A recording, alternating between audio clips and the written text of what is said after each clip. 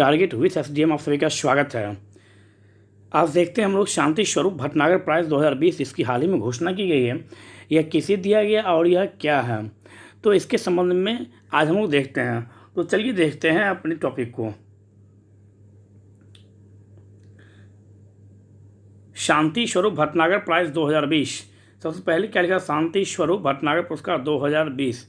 तो देखिए क्या है इसमें। हाल ही में शांति स्वरूप भटनागर पुरस्कार 2020 की घोषणा की गई है। मतलब क्या, अभी हाल ही में शांति स्वरूप भटनागर पुरस्कार की घोषणा की गई है। इन पुरस्कारों की घोषणा 26 सितंबर को केंद्रीय विज्ञान और प्रौद्योगिकी मंत्री डॉक्टर हर्षवर्धन ने वैज्ञानिक और औद्योगिक अनुसंधान परिषद के स्थापना दिवस के समारोह की थी। तो यहाँ से प्रश्न है कि शांति स्वरूप भटनागर पुरस्कार की घोषणा कब की गई, तो हम बता सकते हैं 26 सितंबर को।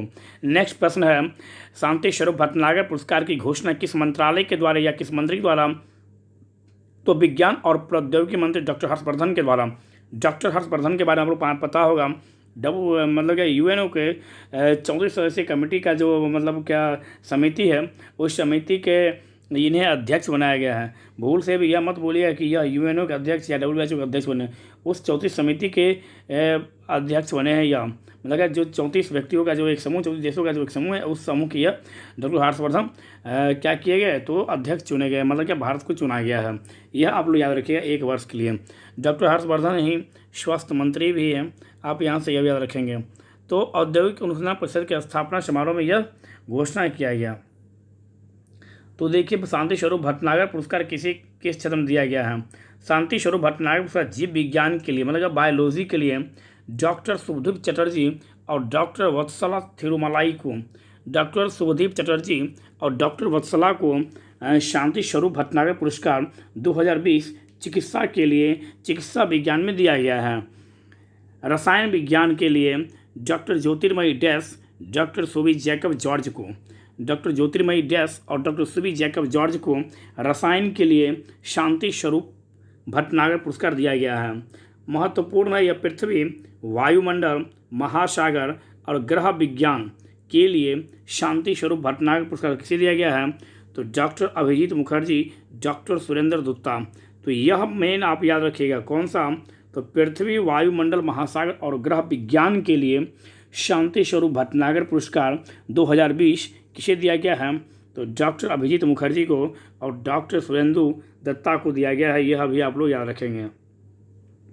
नेक्स्ट है इंजीनियरिंग विज्ञान के लिए डॉक्टर अनमोल अरविंदो कुलकर्णी, डॉक्टर किंसुक दासगुप्ता को, गणित के लिए doctor UK Anand Vardhan, doctor Subhra Hazra को, और औषधि विज्ञान के लिए डॉक्टर बुसरा अतीक, डॉक्टर रितेश अग्रवाल को, भौतिक विज्ञान के लिए डॉक्टर राजेश गणपति को। कहने का मतलब यहाँ पर यह है कि भौतिक विज्ञान के लिए किसे दिया गया है, तो डॉक्टर राजेश गणपति और डॉक्टर सुरजीत धर्रा को शांति स्वरूप भटनागर पुरस्कार 2020 से सम्मानित किया गया है। आप यहाँ पर यह भी याद रख सकते हैं।